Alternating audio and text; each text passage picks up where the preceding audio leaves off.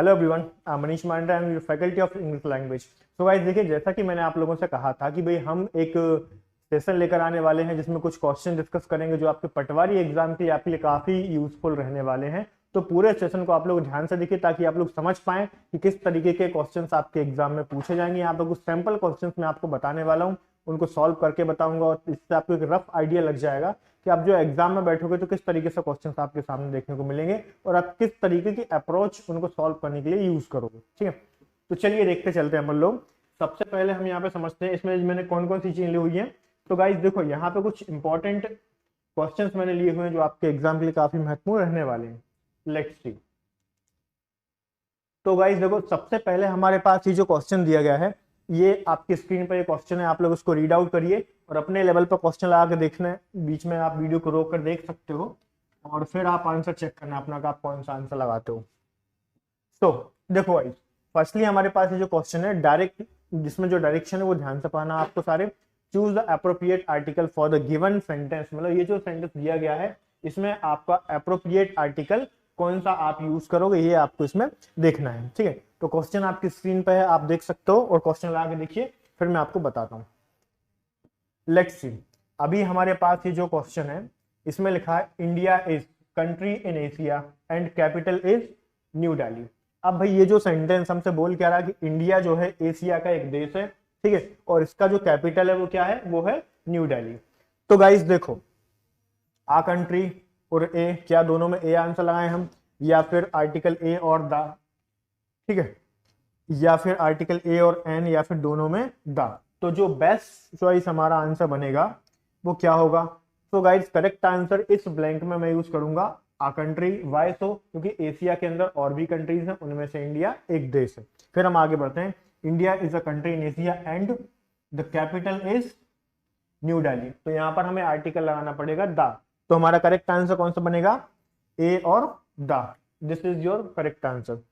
तो let's see, फिर अपन आगे बढ़ते हैं और नेक्स्ट क्वेश्चन हमारे पास जो है इसको डिस्कस कर लेते हैं।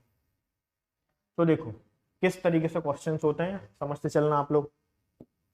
तो भाई नेक्स्ट हमारे पास जो क्वेश्चन है इसमें हमसे पूछा है कि choose the correct form of the noun for the given sentence. तो मतलब इसमें कौन सा करेक्ट नाउन हम यूज करेंगे हमारा सेंटेंस करेक्ट हो जाए, ये हमें देखना पड़ेगा।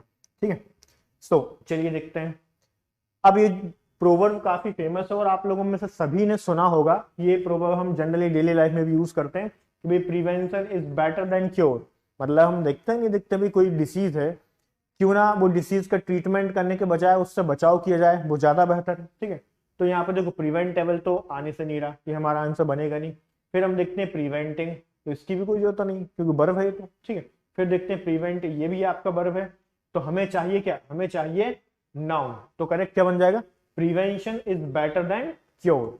So the correct answer would B prevention is better than cure. तो ये हमारा करेक्ट आंसर बनने वाला है। ठीक है, तो चलिए फिर अपन आगे मूव करते हैं।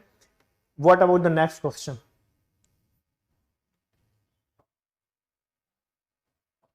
सो देखिए, ये जो नेक्स्ट क्वेश्चन है ये क्या बोल रहा है, इसको समझते हैं।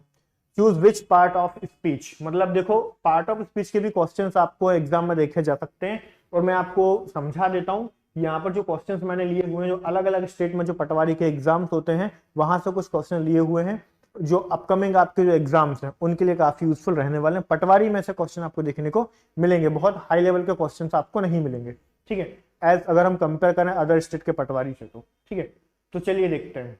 तो अब यहाँ पे उसने पूछा हमसे कि बताओ ये जो वर्ड है रियली, इस रियली वर्ड का आपको बताना है पार्ट ऑफ स्पीच क्या है। आपको पार्ट ऑफ स्पीच पहचानना समझ में आना चाहिए। ठीक है, तो चलिए देखते हैं। हमने बोला सी क्या है, सी एक प्रोनाउन है, वॉज हेल्पिंग वर्ब है, बियरिंग आपका मेन वर्ब है, रियली आपका एक एडवर्ब हो जाएगा और ब्यूटीफुल क्या है, ब्यूटीफुल आपका एडजेक्टिव है, और ईयर रिंग्स जो है ये आपका नाउन है। जबकि हमसे उसने क्या पूछा है, ये जो पार्ट है रियली, इसका आपको बताना था part of speech. So guys देखो, इसका पार्ट ऑफ स्पीच बनेगा एडजेक्टिव। जैसा कि आपको पता होना चाहिए, एडजेक्टिव क्वालिटी बताता है किसी भी नाउन या प्रोनाउन की, जबकि एडवर्ब जो है किसी भी वर्ब, फ्रेज या एडजेक्टिव या फिर एडवर्ब की विशेषता भी बताता है। ठीक है, और नाउन तो आपको पता है किसी भी चीज का नाम होता है, और प्रोनाउन जो होता है एक ऐसा वर्ड होता है जो किसी भी नाउन की जगह पे यूज होता है, और हम नाउन के रिपीटेशन को रोकने के लिए इसका यूज करते हैं। ठीक है, आई होप कि यहाँ तक फिर सारी चीजें क्लियर हो गई होंगी। फिर मैं आगे बढ़ता हूँ। ठीक, लेट्स सी,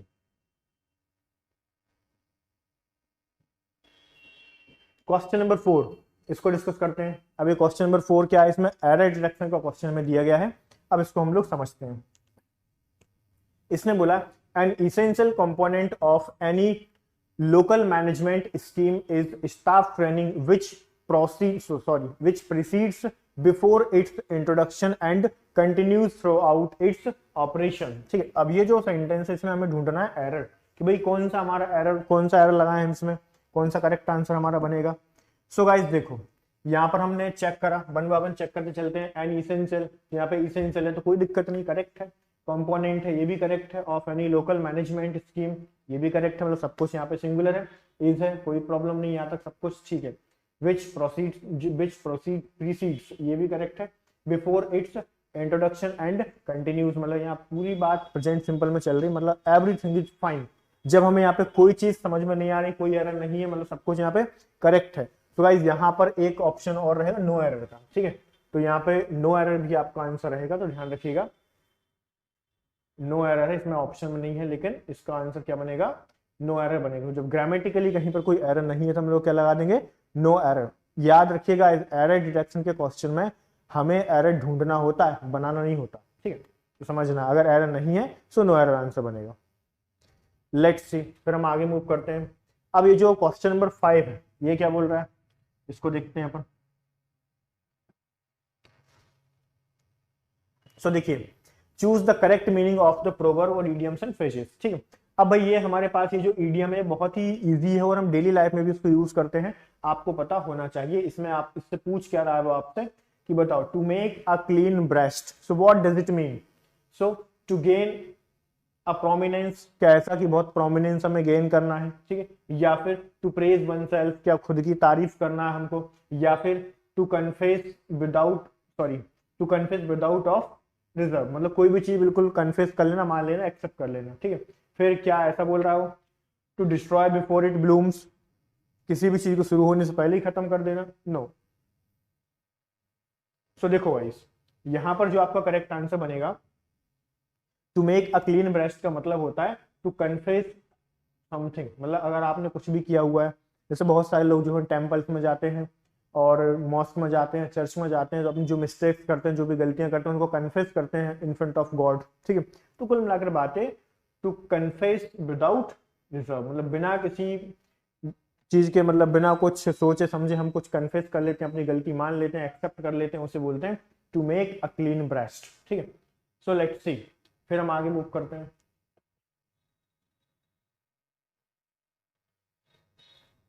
नेक्स्ट क्वेश्चन समझते हैं हम लोग।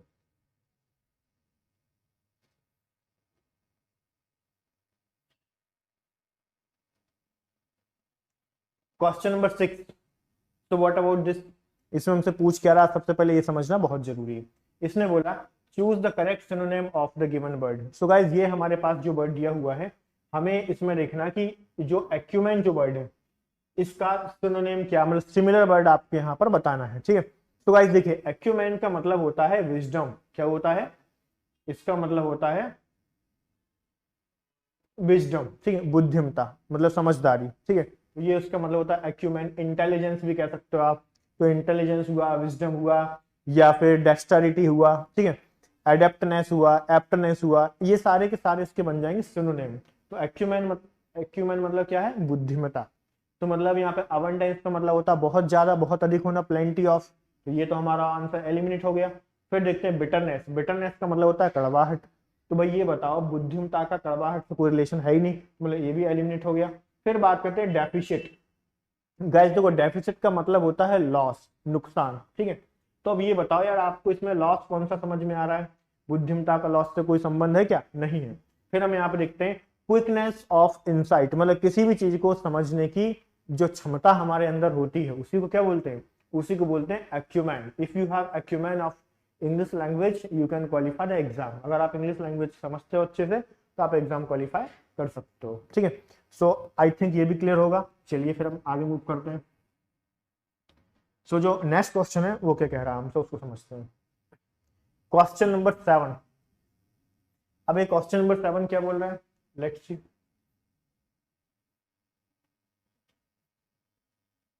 सो देखिए, in the following question sentence are given with blanks to be filled with an appropriate word. तो मतलब हमें ये जो वर्ड दिए हुए हैं इनमें से कोई अप्रोप्रिएट वर्ड को चूज करना है और हमारा आंसर लगाना है ताकि हम क्वेश्चन को सही कर सकें।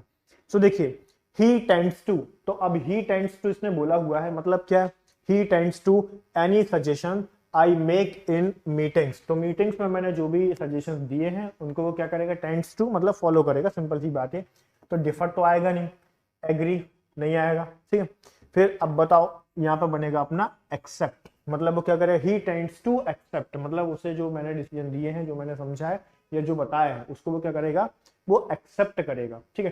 कोऑपरेट करने वाली कोई बात यहाँ पर हो नहीं रही। कोऑपरेट मतलब होता है किसी को समर्थन देना या साथ देना, सिंपल सी बात है, किसी का सपोर्ट करना। तो सपोर्ट वाली बात थोड़ी ना हो रही भाई, मानना है उसको, एक्सेप्ट करना है, तो एक्सेप्ट करेगा ना जो कुछ हमने बोला है, ठीक है। सो आई थिंक ये भी आपको क्लियर हो गया होगा।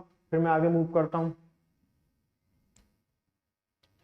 क्वेश्चन नंबर 8, इसको समझते हैं। अब भाई देखो, ये आपका पैराजंबल का क्वेश्चन है और ऐसे क्वेश्चंस भी आपको मिलेंगे देखने को, ध्यान रखना, ठीक है। मतलब सेंटेंस रीअरेंजमेंट, तो हमें ये जमाना है कि सेंटेंस में से करेक्ट सेंटेंस हमारा कौन सा होगा। तो उससे पहले मैं आपको 1 मिनट का टाइम दे देता हूँ, आप लोग पढ़ कर देख लो, इसको सॉल्व कर लो अपने लेवल पे, आप चेक कर लो, वीडियो को पॉज करके आप अपना आंसर आगे देख सकते हो। सारा क्वेश्चन आपकी स्क्रीन पर है और फिर उसके बाद हम लोग इसको, अब मैं समझाता हूँ, एक्सप्लेन करता हूँ। अब देखिएगा, आपने ट्राई कर लिया हो तो।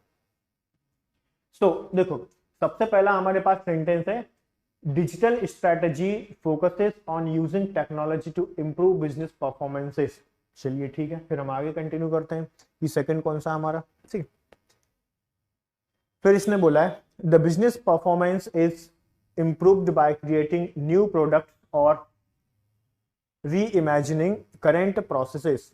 फिर आगे बढ़ते हैं, इट ऑल्सो इंक्लूड्स। अब भाई देखो, ये बताओ, दोनों वर्ड्स में जो सी पॉइंट है और जो डी पॉइंट है, इनमें हमने इट का यूज किया है। अब आपकी समझ में आना चाहिए कि ये जो इट है वो किसके लिए यूज हुआ है। इट एक प्रोनाउन होता है, मतलब ये किसी न किसी नाउन को रिप्रेजेंट करेगा, ऑब्वियसली बात है।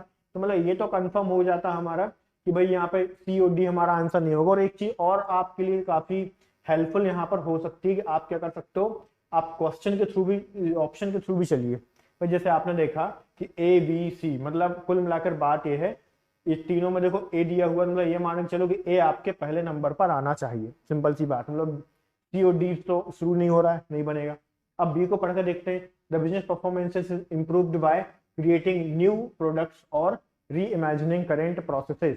बिल्कुल ठीक, लेकिन भाई हम ओपनर ढूंढना पड़ेगा। ओपनर मतलब जो सब्जेक्ट मैटर होगा, जिस सब्जेक्ट के बारे में हम लोग बात कर रहे हैं, जहां से हमारी बात शुरू हो रही है, तो सबसे पहले उस सेंटेंस को ढूंढना जरूरी है। तो ये दिख रहा हमें कि digital strategy focuses on using technology to improve business performances, ये हो गया। उसके बाद देखो बी कंटिन्यू कर रहा है, देखो इसमें भी बात आपने किसकी की है, देखो बिजनेस परफॉर्मेंस की बात यहाँ पर भी हुई है, साथ ही साथ अब देखो, जब आपने पहले इंट्रोड्यूस कर दिया, अब दूसरी बार क्या कर रहे हो आप, उसको एक्सप्लेन करोगे, आगे बताओगे। तो यहाँ पे बी आपका आंसर बन जाएगा, the business performances is improved by creating new products और री इमेजिनिंग द प्रोसेस। मतलब यहाँ पे क्या आ जाएगा, बी भी आ गया आपका। फिर अब देखते हैं बी के आगे कौन सा कंटिन्यू करेगा। तो भाई देखो, ये बताओ, इसमें थोड़ा सा लॉजिक बताता हूँ आपको। ऐसे अगर मैं डी वाले पॉइंट को पढ़ता हूँ, it specifies the direction and organisation will take to create new competitive advantage with technology. अब भाई यहाँ पर देखो, यहाँ पे इट ऑल्सो मतलब पहले आपने क्या बताया, जो बी में आपने जो परफॉर्मेंस बताया था उस सबको आपने डिस्कस किया। उसके बाद में क्या हुआ कि ये जो डी पार्ट था, डी में आपने उसको और ज्यादा एलेबोरेट किया है, और उसी पॉइंट को आगे कैरी कौन कर रहा है, उसी पॉइंट को आगे कैरी कर रहा है सी। तो इसका मतलब आपको करेक्ट आंसर क्या बन जाएगा, डी आपका करेक्ट आंसर बन जाएगा, ठीक है। चलिए फिर आगे मूव करते हैं। अभी हमारे पास जो नेक्स्ट क्वेश्चन है उसको समझते हैं हम लोग। तो देखो, बड़े छोटे छोटे क्वेश्चंस आपके एग्जाम में आने वाले हैं, बहुत ही टफ लेवल के क्वेश्चंस नहीं बनेंगे, तो डोंट बी कंफ्यूज्ड, ठीक है। अब इसने बोला है कि ये जो काफ है, इसका प्लूरल बताओ। काफ मतलब क्या होता है, बछड़ा जो होता है उसको बोलते हैं काफ, ठीक है। तो भाई इसका आप मुझे बताओ कि हमारा प्लूरल क्या बनता है, क्या काफ्स बनता है, क्या काफ्स बनेगा, या फिर क्या इसमें वीएस लगा देंगे, या फिर एफईएस लगा देंगे। तो करेक्ट आंसर कौन सा चूज करेंगे हम लोग, भाई देखो ध्यान से, इसमें जब भी कोई वर्ड अगर ऐसा एफ पर खत्म होता है तो एफ पर कोई वर्ड खत्म होता है तो हम लोग उसका प्लूरल बनाने के लिए यूज करते हैं। प्लूरल बनाने के लिए हम लोग वी एस लगा देते हैं उसमें। इसका मतलब the correct answer is C. काप्स को आप अपना आंसर चूज करोगे, ठीक है। चलिए आगे मूव करते हैं। तो छोटे क्वेश्चंस में ज्यादा समय नहीं लेंगे, फटाफट डिस्कस करते चलते हैं। अभी देखिए आप लोग, अभी हमारे पास नेक्स्ट क्वेश्चन है, इसमें पूछा है प्रीपोजिशन। तो अब आप इस सेंटेंस को देखिए और अपने हिसाब से अपने प्रीपोजिशन का नॉलेज चेक कर सकते हो। देखो कितने क्वेश्चंस आप लोगों से बनते हैं। सो देखिए इसने बोला है the prime minister lives 10 Downing Street. तो कौन सा आंसर लगाएं इसमें? एट लगाएं, ऑन लगाएं, इन लगाएं या बाय लगाएं? तो भाई देखो, अगर मान लो कहीं पर भी मुझे पॉइंट ऑफ टाइम बताना हो या पॉइंट ऑफ प्लेस बताना हो, ध्यान रखना, अगर मैं यहां पर बात करता हूं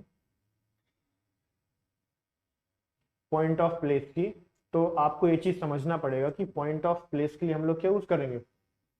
पॉइंट ऑफ प्लेस के लिए प्रीपोजिशन यूज होता है एट, ठीक है, तो समझिएगा, ठीक है। तो जैसे मैंने बोला कि भाई he lives at Madhushala, he lives at, कहीं पर भी अगर कोई भी छोटा टाउन है, कोई भी जगह है, कोई भी पर्टिकुलर जगह की मैं बात करूं, अगर मैंने बोला he lives at MP Nagar, he lives at new market, तो क्या है? तो ये कुल मिला के सर्टेन प्लेसेस होते हैं, और किसी भी सर्टेन प्लेसेस की बात करूंगा तो मुझे लगाना पड़ेगा एट, ठीक है। So at would be the correct answer. Let's move on. So अभी हमारे पास जो नेक्स्ट क्वेश्चन है, आप इसको देखिए।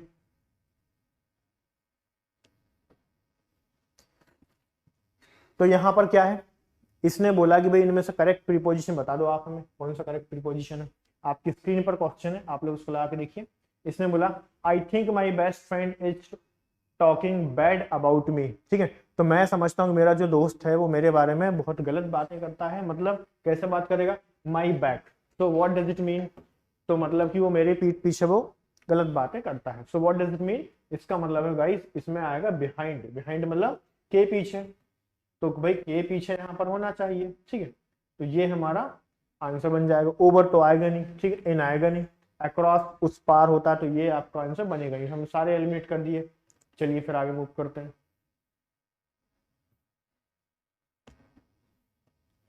तो नेक्स्ट क्वेश्चन जो हमारे पास है, क्वेश्चन नंबर 12, इसको डिस्कस करते हैं अपन लोग। इसने बोला आपसे identify the gender of the underline word his. अब इसमें बताओ, यहां पर ये जो वर्ड है अंडरलाइन कर देता हूं इसको भी, ताकि आपको समझ में आए अच्छे तरीके से।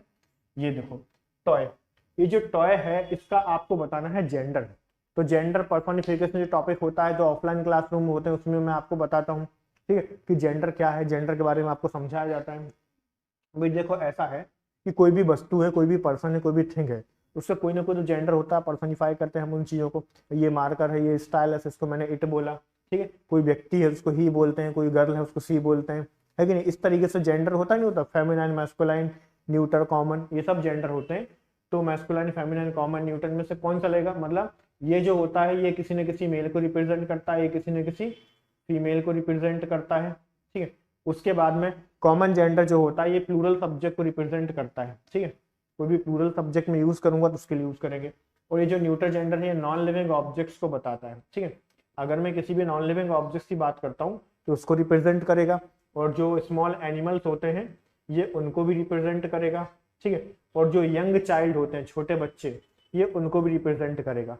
तो मतलब आप यहाँ पर अपना करेक्ट आंसर कौन सा लाओगे? करेक्ट आंसर आप देख सकते हो गाइस, यहाँ पर हमें एक चीज देखने को समझ में आ रही है, बात हो रही है किसकी? टॉय की, ठीक है। अब आप मुझे बताओ, जब मैं यहाँ पर टॉय की बात करूंगा तो टॉय आपका लिविंग है कि नॉन लिविंग है? This is non living object, so that's why यहाँ पे क्या यूज करना पड़ेगा हमें? यहाँ पर हमारा करेक्ट आंसर बनेगा डी, ठीक है। सो यहाँ पर neutral gender would be the right answer, ठीक। Let's move on for the next one, question number 13। अब ये क्वेश्चन नंबर 13 क्या कह रहा है?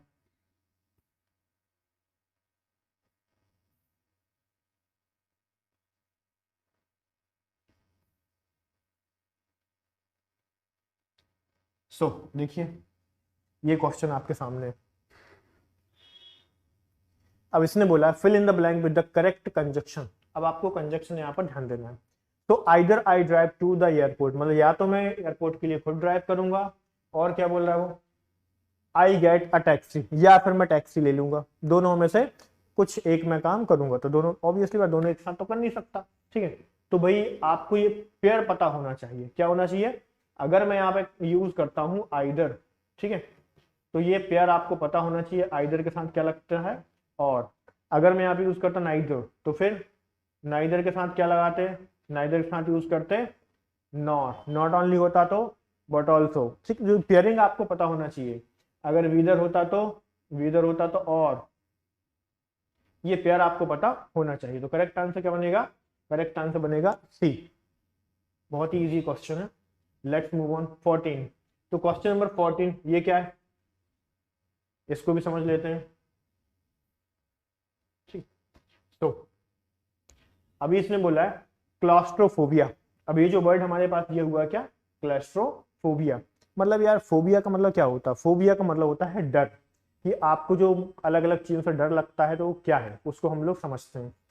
तो देखो इसने बोला है क्लैस्ट्रोफोबिया, तो इन सब की मीनिंग भी मैं आपको बताते चलता हूँ।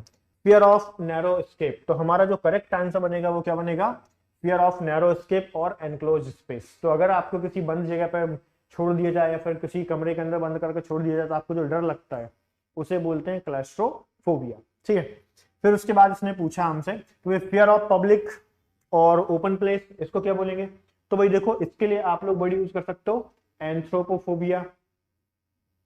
एंथ्रोपोफोबिया ये वर्ड भी आप लोग यहाँ पर यूज कर सकते हो। साथ ही साथ एक वर्ड और होता है डेमोफोबिया। आप ये डेमोफोबिया वर्ड भी यूज कर सकते हो। तो एग्जाम में आपको ध्यान रखना, कोई सा भी पूछ ले हमसे, कोई दिक्कत नहीं। अब इसने बोला फियर ऑफ हाइट, तो फियर ऑफ हाइट को क्या बोलते हैं? इसको बोलते हैं एक्रोफोबिया। एक्रोफोबिया। उसके बाद में इसने पूछा कि फियर ऑफ स्ट्रेंजर और फॉरेनर्स, तो जो लोगों से, जो अननोन लोग हैं उनसे डर लगता है या फिर कुछ अलग लोगों से डर लगता है जो स्ट्रेंज हो हमारे लिए, जिनको हम जानते ना हो, सिंपल सी बात ये है। ठीक है, तो उसको क्या बोलते हैं? इसके लिए हम लोग वर्ड यूज करते हैं जेनोफोबिया। ठीक है, जेनोफोबिया मतलब जो अननोन लोगों से जो हमें डर लगता है उसे बोला जाता है जेनोफोबिया। तो इतने सारे वर्ड हैं, अब मैंने आपको एडिशनल वर्ड ही बता दिए हैं। अब एग्जाम में कोई सा भी पूछे आपको लगा दें। ठीक है, नेक्स्ट क्वेश्चन नंबर 15। अब आप मुझे बताइए कि इसमें क्या है, क्या पूछा गया हमसे। इसने बोला है कि choose the appropriate option with the correct punctuation mark. मतलब हमें ये देखना कि आपको पंक्चुएशन मार्क्स के बारे में पता होना चाहिए। Punctuation marks in the sense भाई आप फुल स्टॉप कहाँ लगाते हो, कॉमा कहाँ लगाते हो, कॉलन कहाँ लगाते हो, सेमी कॉलन कहाँ लगाते हो, क्वेश्चन मार्क कहाँ लगता है, एक्सक्लेमेटरी मार्क कहाँ लगता है, इसे बोला जाता है पंक्चुएशन। ठीक है, तो चलिए ये जो सेंटेंस है इसने बोला alas have you heard the news about the death of our prime minister. तो वो कंफर्म कर रहा है उससे भी, क्या तुमने सुना कि प्राइम मिनिस्टर की डेथ हो गई?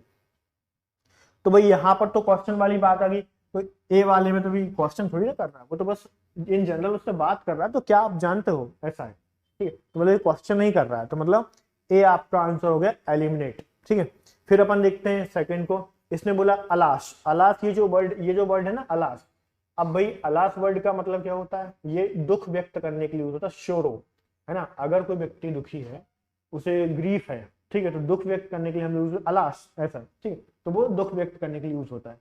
फिर देखते हैं alas have you heard the news about the death of our president. तो ऐसा उसने बोला कि डेथ ऑफ आवर प्रेसिडेंट, क्या आप जानते हो उसके बारे में? तो भाई करेक्ट आंसर आपको क्या बन जाएगा? बी, क्योंकि ये दुख को व्यक्त कर रहा है। ठीक है, फिर हम आगे बढ़ते हैं। अलास यहाँ पे कॉमा आ गया तो मतलब ये तो आंसर है ही नहीं, फिर इसमें क्वेश्चन मार्क आ गया, आंसर आपका बनेगा नहीं, तो सी और डी को तो हमें देखनी है। ठीक है, सो लेट्स सी, फिर हम आगे बढ़ते हैं। क्वेश्चन नंबर 16 इसने क्या बोला? देखिए ये जो क्वेश्चन नंबर 16 है ये क्या कहता है, इसको डिस्कस कर लेते हैं। सो देखिए, choose the correct form of the model auxiliary verb. तो मतलब हमें मॉडल ऑक्सिलरी वर्ब जो है उसका हमें करेक्ट फॉर्म देखना है कि भाई क्या लगाएं 16 में। इसने बोला है it was crazy of you to drive like that, you have killed somebody. मतलब क्या?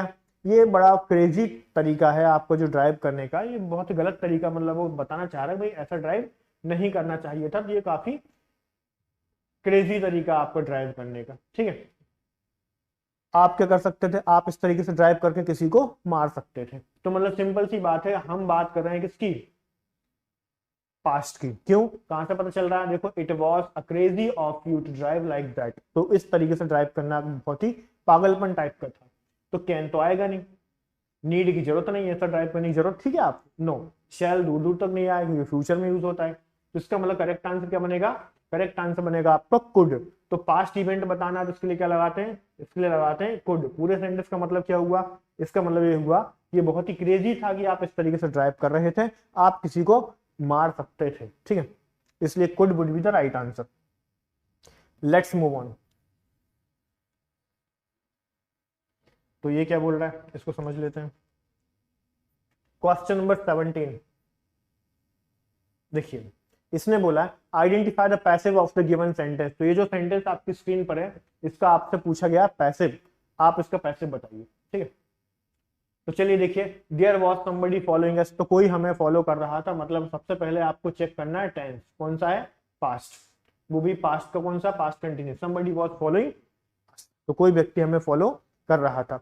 तो देखो समवन वाज फॉलोइंग अस, ऐसा आएगा क्या, नहीं ना, ये तो आपने वैसा वैसा लिख दिया, ठीक है। फिर अपन देखते हैं B were being followed by somebody, या फिर बी वर फॉलोड, या फिर बी आर फॉलोड, तो भाई ये तो आएगा नहीं, ये भी नहीं आएगा, ठीक है। तो जब भी आप कंटिन्यूस टेंस का, देखो शॉर्टकट बताते, जब भी आपको कोई भी कंटिन्यूस टेंस दिखाई दे, चाहे वो प्रेजेंट का हो चाहे फ्यूचर का हो, सबसे पहले आपको क्या चेक करना है पैसे में, सबसे पहले आपको चेक करना है बीइंग, कि जो कंटिन्यूस टेंस होता है उसमें लग जाता है बीइंग। अब देखो आप पूरा सेंटेंस भी नहीं पढ़ोगे तो बीइंग देख के लगा दो, ये आपका आंसर बन जाए, हो गया, ठीक। तो B would be the correct answer, we were being followed by someone, ये आपका आंसर होगा। Let's move on for the next one.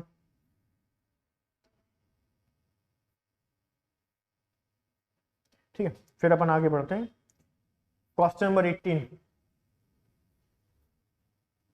Choose the appropriate collective noun to complete the sentence. मतलब ये जो सेंटेंस है, ऐसा कौन सा कलेक्टिव नाउन है जो इस सेंटेंस को कंप्लीट करता है, ये आपको बताना, ठीक है।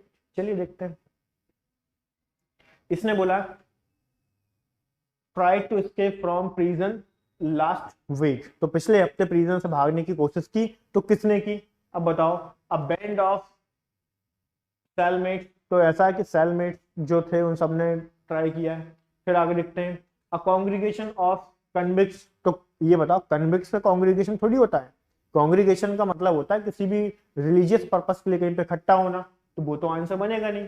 फिर अपन देखते हैं जेल वर्ड्स, तो ये तो कोई बात नहीं हो रही, a move of jail words, नहीं, तो जेल के वर्ड्स थोड़ी भागेंगे। अ गैंग ऑफ प्रिजनर्स, ठीक है, तो जो प्रिजनर्स होते हैं उनके क्या है, उनका गैंग था, तो सिंपल सी बात, करेक्ट आंसर यहाँ पे क्या बनना चाहिए। अब देखो ये सेलमेट्स होते हैं, इनका बैंड तो नहीं होता भाई, भाई बैंड तो यार कुल वो जो बजाने वाले उनका रहता है, बैंड ऑफ म्यूजिशियन, म्यूजिशियंस का बैंड होता है, ठीक है। अब यहाँ पे देखेंगे a gang of prisoners, so this would be the correct answer, ठीक। तो कुल मिलाकर अंडरस्टैंडिंग वाला क्वेश्चन है, समझना पड़ेगा कि गैंग किसका होता है जो, और कौन सा वर्ड किसके लिए यूज होता है, ये भी हमें पता होना चाहिए, ठीक है। जैसे एनिमल की बात करूंगा तो मैं हर्ड यूज करूंगा, अगर कीज की बात करूंगा तो बंच यूज करूंगा, कमिटी, पार्लियामेंट, ये सब कलेक्टिव नाउन्स हैं, ठीक। Let's move on. Question number 19, अब ये क्या बोल रहा है, इसको भी समझ लेते हैं, ठीक है। तो भाई समझो इसको, इसमें इसने बोला है कि choose the indirect speech of the given sentence. हमारे पास ये जो सेंटेंस दिया गया है इसका हमें देखना है इनडायरेक्ट स्पीच, और जब भी कहीं पर भी कोई क्वेश्चन आपका डायरेक्ट या इनडायरेक्ट स्पीच से पूछा जाए तो सबसे पहले ही प्रायोरिटी आपके पास क्या बनती है, सबसे पहली प्रायोरिटी आपकी ये बनती है कि आप उसका क्या चेक करें, टेंस। सबसे पहले आपको उसका टेंस चेक करना कि कौन सा टेंस है, ठीक है। मतलब रिपोर्टिंग वर्ब, किसकी बात कर रहा हूं मैं बात कर रहा हूं यहाँ पर रिपोर्टिंग वर्ब की। तो रिपोर्टिंग वर्ब चेक करना सबसे महत्वपूर्ण बात है। हमने देखो यहाँ पर चेक किया सेज, जब रिपोर्टिंग वर्ब प्रेजेंट टेंस में होती है, so what does it means, we are not going to make any further changes in the reported speech. तो रिपोर्टेड स्पीच में कोई भी चेंजेस नहीं करेंगे, जैसा वैसा वैसा रखेंगे, सिर्फ प्रोनाउन बदलेगा। तो क्योंकि देखो इसमें आ गया वॉज, मतलब ये आंसर मेरा बनेगा नहीं, यहाँ पे प्रेजेंट टेंस है तो नीचे भी प्रेजेंट होना चाहिए, ये भी नहीं आएगा, ये भी नहीं आएगा, बचा क्या, सी। कितना आसान भाई, अगर आप चीजों को प्रैक्टिकल तरीके से समझोगे, सही तरीके से देखोगे, तो आंसर देखो आपके सामने है। भाई आपने रिपोर्टिंग वर्ब चेक किया, हमने सेंटेंस पढ़ा भी नहीं और आंसर लगा दिया, इससे पता चल गया ना। इसी तरीके से आपको फॉलो करना चाहिए, लेकिन हाँ ये तब करना जब प्रॉपर नॉलेज हो, पहले पूरा टॉपिक पढ़िए फिर इस तरीके से सॉल्व करना, ठीक है। फिर हम देखते हैं नेक्स्ट जो क्वेश्चन हमारे पास है इसको डिस्कस करते हैं, क्वेश्चन 20। इसने क्या बोला, इसने बोला है fill in the blank, our new is printed on recycled paper. तो भाई ये बताओ हम प्रिंट क्या करते हैं, स्टेशनरी। स्टेशनरी मतलब इमोबाइल, जो मूवमेंट नहीं करता हो, तो स्टेशनरी इमोबाइल हो जाएगा, मतलब ये मेरा आंसर नहीं बनेगा। फिर बात करते हैं स्टेशनरी, यही हमारा करेक्ट आंसर, ये दोनों की स्पेलिंग ही गलत है, ऐसी स्टेशनरी थोड़ी ना होता है, जो कॉपी पेन पेपर ये सब क्या होता है स्टेशनरी, और जो प्रिंट वर्क होता है वो सब किसके अंदर आता है, वो स्टेशनरी के अंदर आता है, ठीक है। लेट्स सी, फिर आगे मूव किया जाए। क्वेश्चन नंबर 21, इसने बोला है fill the blanks with the past continuous tense of the verb from the given option. तो मतलब पास्ट कंटिन्यूअस टेंस कौन सा है देख के आप लोग बता सकते हो, जिसमें वॉज और आईएनजी हो वही आपका पास्ट कंटिन्यूअस होता है, ठीक है। आई थिंक अब आप सब लोगों को आंसर मिल गया होगा कौन सा आएगा, ये आएगा नहीं, ये आएगा नहीं, ये आएगा नहीं, ठीक है, ये आएगा। रीजन क्या था, क्योंकि एवरीवन, तो कहीं पर भी अगर आप इंडेफिनिट नाउन यूज करते हो तो इंडेफिनिट नाउन इन जनरल उसके साथ हम सिंगुलर वर्ब का यूज करते हैं, सिंगुलर प्रोनाउन का यूज करते हैं और मैस्कुलाइन जेंडर का यूज करते हैं। मतलब यहाँ पर मैंने वर्ब वाला आंसर क्यों नहीं लगाया, क्योंकि यहाँ पे एवरीवन की बात थी और एवरीवन होता है सिंगुलर, और जब ये सिंगुलर है तो इसमें वर्ब भी कैसी आएगी, वो भी सिंगुलर आएगी, तो मतलब B is the correct answer. बोलो क्लियर है, लेट्स मूव ऑन। बाकी कमेंट बॉक्स में आप लोग मुझे कमेंट करके बताएं, जो भी डाउट्स वगैरह कंफ्यूजन होता है तो आप लोग कमेंट बॉक्स में कमेंट छोड़ सकते हो, ठीक है। चलिए देखते हैं क्वेश्चन नंबर 22, ये 21 हमने डिस्कस कर चुके हैं, 22 की बात करें।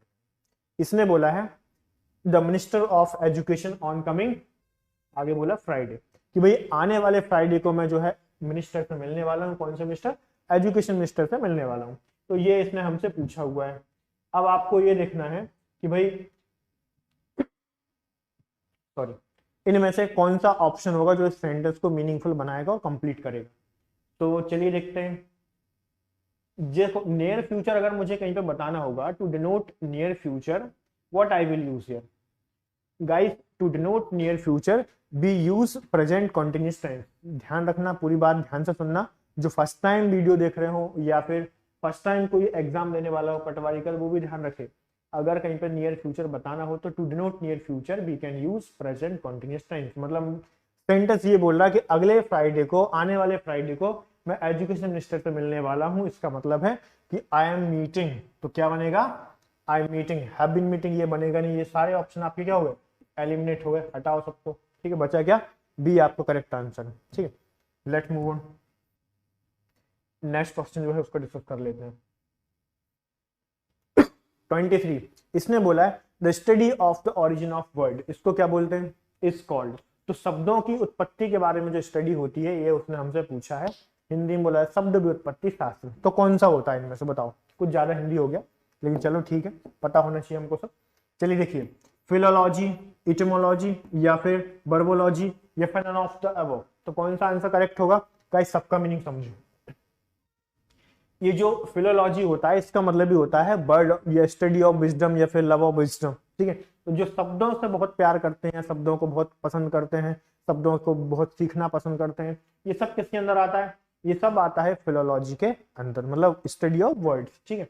फिर बात करते हैं वर्बोलॉजी, इसमें भी सेम चीज है, अलग अलग जगहों से जो शब्द आते हैं, अलग अलग चीजों से हम जो वर्ड लेते हैं, नोवेल्स में, फिक्शंस में, कहाँ कहाँ से कौन सा शब्द है, ये सब चीजों को क्या बोलते हैं, उसको बोलते हैं वर्बोलॉजी। लेकिन अब अगर इस वर्ड के बारे में स्टडी की जाए कि जो वर्ड आप जो लिख रहे हो ये कहाँ से लिया गया है या उसका ओरिजिन क्या है, मतलब सबसे पहले इस वर्ड को किस तरीके से कॉइन किया गया है, अगर इस बारे में जो स्टडी होती है, इसके ओरिजिन की स्टडी होती है, तो उसे बोलते हैं इटिमोलॉजी। समझ गए, मतलब किसी भी शब्द की उत्पत्ति कहाँ से हुई है, स्टार्ट कहाँ से हुआ है, उसे बोला जाता है इटिमोलॉजी। बोले is it clear to all, let's move on for the next one.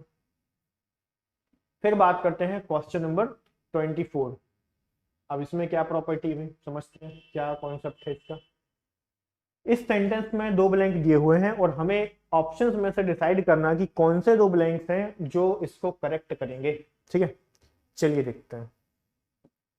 इसने हमसे बोला है I am always my keys and new ones made. मतलब क्या हुआ, पहली बात तो उसने एम लगा दिया जिससे मुझे पता चलेगा कि बात हो रही कंटिन्यूस की, कंटिन्यूस की बात हो रही है, मतलब इसमें ये भी मुझे पता चल गया कि मुझे आईएनजी फॉर्म यहाँ पर यूज करना है। तो बस इसके बाद ज्यादा कुछ पता करने की जरूरत ही नहीं, बी आंसर लगाओ। I am always losing my keys and getting new ones made, ऐसा उसने बोला है कि मैं अपनी कीज खो रहा हूँ, नई कीज मुझे बनवानी पड़ रही है। ठीक है, तो वैसा है, तो हमारा बी करेक्ट आंसर बन जाएगा। Let's move on for the next question. 25, भाई समझो जरा इसको, इसमें क्या बोला इसने, सी वॉज लॉस्ट बर्ड्स। तो सिंपल सी बात है कि कोई ऐसा इंसिडेंट हो जाता है कि कई बार हमारे शब्द खत्म हो जाते हैं या फिर हम समझ ही नहीं पाते कि यार अब इस सिचुएशन में क्या बोले।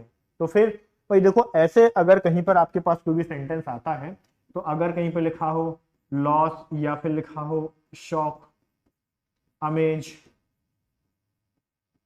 अमेजमेंट या फिर परप्लेक्सिटी, ठीक है, तो इस तरीके के कोई भी वर्ड आते हैं, सरप्राइज, तो भाई इन सब के पहले आपको पता होना चाहिए कि आपको यहाँ पे क्या लगाना है, आपको यहाँ पे यूज करना होता है प्रीपोजिशन एट। तो एट यूज करोगे, मतलब इतना तो आपको समझ में आ गया कि the correct answer is D. तो करेक्ट आंसर आप कौन सा लाओगे, डी आपका करेक्ट आंसर बनेगा। ठीक है, so she was at a loss of words, तो उसके कोई शब्द नहीं थे, वो कंफ्यूज हो गई थी, कुल मिला के बात ये। फिर हम आगे मूव करते हैं, क्वेश्चन नंबर 26। अब ये क्या बोल रहा है, इसको भी समझ लेते हैं। ग्रेगेरियस, ये जो वर्ड दिया हुआ ग्रेगेरियस, तो इसने पूछा है कि आप ये बताइए कि इसका भाई सिनोनिम क्या है। सिनोनिम मतलब जो समानार्थी शब्द होते हैं उनको बताना है। ठीक है, पर्यायवाची। तो भाई ग्रेगेरियस का मतलब यहाँ पे देखो, एक ऑप्शन और मैं यहाँ पे दे देता हूँ, ग्रेगेरियस, सोशल, आइसोलेटेड, या फिर मैंने यहाँ पे एक और लिख दिया एलोन। ठीक है, अब बताइए तो इनमें से करेक्ट आंसर कौन सा बनेगा, करेक्ट आंसर इसका बनेगा सोशल। ग्रेगेरियस का मतलब क्या होता है, ग्रेगेरियस का मतलब होता है जो समाज में रहना पसंद करता हो। एमिएबल भी कह सकते हो आप, इसके लिए बहुत सारे वर्ड यूज कर सकते हो, एमिएबल कह सकते हो या फिर अफेबल भी कह सकते हो। ठीक है, आप इसके लिए एक्सट्रोवर्ट वर्ड भी यूज कर सकते हो, जो लोगों के बीच में रहना पसंद करता हो, सोशल, एंगेजिंग। ठीक है, ये सारे के सारे मीनिंग आपके बन जाएंगे। तो मतलब the correct answer is social. Isolated तो यार बिल्कुल अलग कर देना होता है, किसी को अलोन कर देना, क्योंकि आपको ये बात अच्छे समझ में आए, कोविड के टाइम पे एक वर्ड था आइसोलेशन। तो आइसोलेशन क्या था, अलग करना लोगों को, है ना, तो वो था। चलिए फिर आप आगे बढ़ते हैं, क्वेश्चन नंबर 27। भाई इसमें आपको बताना है कि हमारा करेक्ट आंसर क्या है, ऑप्शन कौन सा है, प्रीपोजिशन बताना है। ठीक है, do you object my opening Windows, मतलब वो ये कह रहा है कि क्या मेरा विंडो खोलने से आपको कोई प्रॉब्लम है, नहीं। ठीक है, तो भाई देखो कहीं पर भी अगर ऐसे वर्ड आते हैं, जैसे मैंने आप लिखा एक वर्ड ऑब्जेक्ट हो गया, ठीक है, या फिर मैं बात करूं यहाँ पे सब्जेक्ट, या फिर मैं बात करूं ऑर्डर, या फिर सजेस्ट, सजेस्ट, तो इन सबके साथ क्या आता है, कमांड, इन सबके साथ आपको यूज करना पड़ेगा टू। रिक्वेस्ट हो गया, इन सब में आपको लगाना पड़ेगा to. The correct preposition is to, इन सबके साथ टू लगाते हैं, ध्यान रखिएगा, एग्जाम में कोई क्वेश्चन आया तो टू लगाना। लेट्स मूव ऑन, फिर बात करते हैं क्वेश्चन नंबर 28। तो क्वेश्चन नंबर 28 में क्या बोला इसने, सेम चीज है, आर्टिकल का क्वेश्चन है। अब आर्टिकल का क्वेश्चन है तो आई थिंक यार बेसिक टॉपिक है, सबको बनना ही चाहिए अच्छे तरीके से, वो नहीं बनता तो रिवीजन जरूर कर लेना, क्वेश्चन इसमें से आने वाले हैं एग्जाम में। इसने बोला फॉर द गिवन ऑप्शन, इसमें इन ऑप्शन में से बताना है, he always has, perfect tense है, egg for breakfast and exercise for an hour. तो देखो भाई ऐसा है, जब प्रोनाउंशिएट करने पर अगर वॉवल साउंड आता है, तो प्रोनाउंशिएट करने पर अगर वॉवल साउंड आता है, इसका मतलब ये हुआ कि हमें वहां पर आर्टिकल एन लगाना होता है। ठीक है, तो ध्यान से देखो, एग, तो एग किससे शुरू हो रहा है, कौन सा साउंड आ रहा है, एग के साथ भी जो साउंड आ रहा है वो आ रहा है वॉवल साउंड। तो इसका मतलब है कि यहाँ पे क्या लगाना पड़ेगा, एन लगाना पड़ेगा। फिर अपन देखते हैं फॉर एन आवर, यहाँ पर भी क्या लगा देंगे, यहाँ पर भी एन लगा देंगे। बोलो क्लियर है, ठीक है। तो the correct answer would be an. ठीक है, चलिए आगे मूव करते हैं, क्वेश्चन नंबर 29। भाई देखो ध्यान से समझिएगा, सारे क्वेश्चन काफी अच्छे तरीके से एक्सप्लेन कर रहा हूं। अभी इसने बोला है which of the following will fill the blank, तो कौन सा ऑप्शन है जो ब्लैंक को फिल करेगा। Is in the temple for 2 hours, मतलब एक बात तो कंफर्म हो गई, we are talking about period of time, मतलब किसकी बात हो रही, टाइम पीरियड की बात हो रही है कि वो बताओ टेम्पल में कितने समय तक वेट कर रही थी, कितने समय तक वहां पे बैठी हुई थी, सिटिंग कर रही थी। ठीक है, तो भाई सिंपल सी बात ये है कि यहाँ पे 2 घंटे की बात हो रही है, 120 मिनट्स की बात हो रही, तो मतलब समय अंतराल आ गया। इसका मतलब है तो ये तो आएगा नहीं, जब टाइम की बात होती तो हैज बीन आता कि नहीं आता, तो मतलब ये भी नहीं आएगा। अब यहाँ पे हैज बीन होता तो लगा भी सकते थे, लेकिन आंसर क्या बनेगा फिर, हैड बीन, क्योंकि यहाँ पे टाइम की बात हो रही, she had been sitting in the temple for 2 hours, तो वो मंदिर में कब तक बैठी हुई थी, वो 2 घंटे तक मंदिर में बैठी हुई थी। तो ये हमारा करेक्ट आंसर बनेगा, सी आपका करेक्ट आंसर हो जाएगा। ठीक है, तो चलिए गाइस आगे मूव करते हैं फिर हम लोग। तो भाई ये हमारा लास्ट क्वेश्चन है, इसको भी देखिए और कोशिश करिए आप लोग बनाने की, कितना बन रहा है आप लोगों से, बाकी मैं तो बता ही रहा हूँ। ठीक है, इसने बोला है कि एक प्रीफिक्स हमें डिसाइड करना है, जो ऑप्शन दिए हुए हैं इनमें से कौन सा प्रीफिक्स है जो हमारा ये जो वर्ड दिया हुआ है आर्की, इसको सही कर दे। पहले तो आर्की का मतलब समझ लो, आर्की का मतलब क्या होता है, आर्की का मतलब होता है गवर्नमेंट होता है या कोई भी सिस्टम। ठीक है, जो सिस्टम होता है, गवर्नमेंट होती है, उसे क्या बोलते हैं, आर्की। अब इसी में एक वर्ड हम लगा देते हैं एनार्की, तो एनार्की का क्या मतलब हुआ गाइस, भाई एनार्की का मतलब हुआ अराजकता, एक ऐसा शासन जिसमें कोई राजा ना हो, कोई शासन ना हो, कोई व्यवस्था ना हो। ठीक है, तो उसे बोलते हैं क्या, एनार्की, मतलब अराजकता। तो ये चीज आपको समझ में आनी चाहिए, तो अराजकता होता है। ठीक है, तो ये हो गया, फिर हम आगे मूव करते हैं। एंड ये हमारा लास्ट क्वेश्चन था, जैसा कि मैंने आपको बताया। और बाकी और भी आपको लेक्चर्स की रिक्वायरमेंट हो, जो चीज समझ में आई हो, तो वो भी आप कमेंट करके बताएं, जो नहीं समझ आया हो वो भी आप कमेंट बॉक्स में कमेंट करके बताएं, ताकि आपको सारी प्रॉब्लम्स को हम सॉल्यूशन लेकर आ पाए। ठीक, थैंक यू एवरीवन।